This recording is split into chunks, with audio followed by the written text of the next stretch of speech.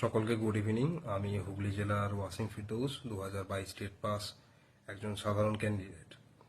আপনারা জানেন যে গত 3 বছর ধরে আমরা নোটিশ আনার চেষ্টায় রাস্তায় পড়ে রয়েছি, কিন্তু বিভিন্ন অজুহাতে বিভিন্ন অবস্টাকেলের জন্য নোটিশটা আসেনি, যার মধ্যে একটা ছিল ওবিসি, যার জন্য শুধু টেট নয় বাকি অনেক চাকরি পরীক্ষারই নোটিশ আসেনি।